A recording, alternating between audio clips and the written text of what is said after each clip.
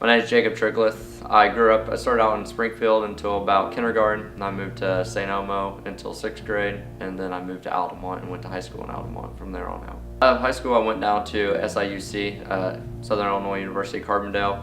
Went down there for about a year and didn't really know what I wanted to do, and then came across some friends that were part of the Illinois National Guard, and they started talking to me about it and telling me what it consisted of and what all was involved, and that's whenever I decided that I'd try that out in the National Guard and see what happened. I talked to the recruiter and I signed in the next day. I started out with basic training, and first it was different. I wasn't sure. Didn't really like it, wasn't a big fan of it, and then just started growing on me. After basic training, I went to my medical school down at Fort Sam Houston, down in San Antonio, Texas.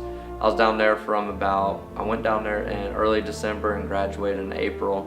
A lot different. First few months you go ahead and get your EMT basic down there, and then after that it was all your combat medic training. Combat medic, the scope of practice for them is pretty much imagine a nurse, and it's just like that, with us being allowed to do a few other things that nurses aren't allowed to do. So I deployed a week after I got finished with AIT. I started out in Fort Bucca, Iraq, Southern Iraq. It's a detainee facility, or it used to be a detainee facility. It closed down back in 2008 whenever we were there. I went up to Taji for a little bit, and then I was also in Basra. I was tasked out to multiple different units. I was with the forward surgical team. It's just totally different than normal routine that you have over here. Everything over there, what we take for granted over here, is not over there. Wake up at 4 o'clock every morning, and then you'd go ahead and get your mission brief, get ready to go on a mission. The mission would start at about 6 or 7, depending on the day. You do all your back briefs and stuff like that, make sure you know what's going on. You go ahead and do your personal security detachment missions.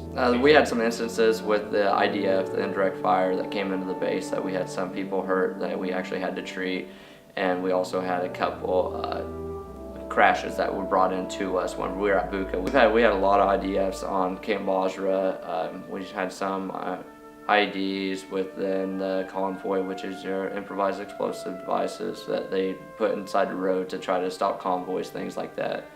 But nothing huge that happened. So we got close to the end of the first term, and we actually went home and things like that. And after I was home for a while, I decided that I really wanted to go back again. So I actually made another trip with the civilian contracting over there, where I did personal security detachment missions. And that's whenever the biggest things happen. Baghdad was not a fun place. Again, that's with the personal security detachment.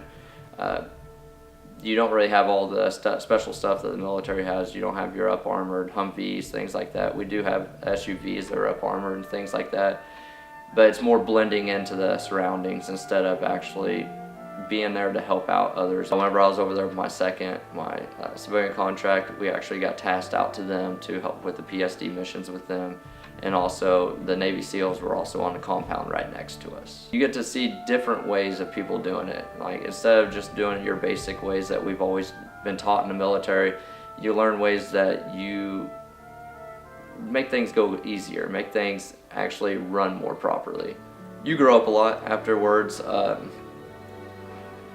When you get home, things are different, and you have to go ahead and slowly integrate back into the society and understand that things are completely different than they are overseas, and it just takes time. I didn't really have any troubles, but I had a lot of friends that did have problems. Since then, I actually left the Guard and decided to pursue ROTC instead.